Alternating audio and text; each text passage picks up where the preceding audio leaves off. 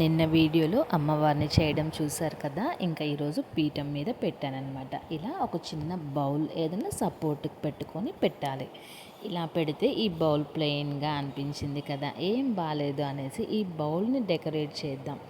చాలామంది ఇలా కాయిన్స్ అలా పెడతారు. నేను అట్లా కాయిన్స్ కాకుండా ఇలా మన దగ్గర కాసులు చైన్ ఉంటుంది కదా, మనం ఒక 100 రూపీస్ పెట్టామంటే ఫ్యాన్సీ షాప్స్లో దొరుకుతాయి.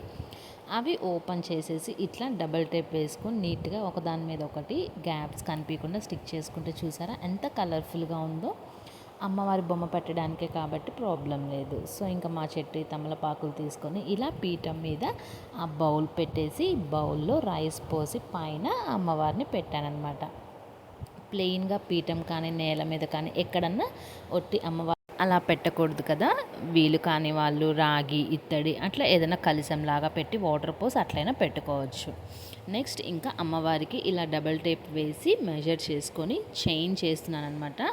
అమ్మవారికి కాసులు కానీ ఇట్లా కాయిన్స్తో కానీ గాజులతో కానీ ఇట్లా చేస్తే మంచిది. బట్ నేను ఇలా కాయిన్స్తో చేసి ఇంకొక సైడ్ ప్లెయిన్గా ఉందనేసి కొంచెం లేస్ స్టిక్ చేశాను అనమాట.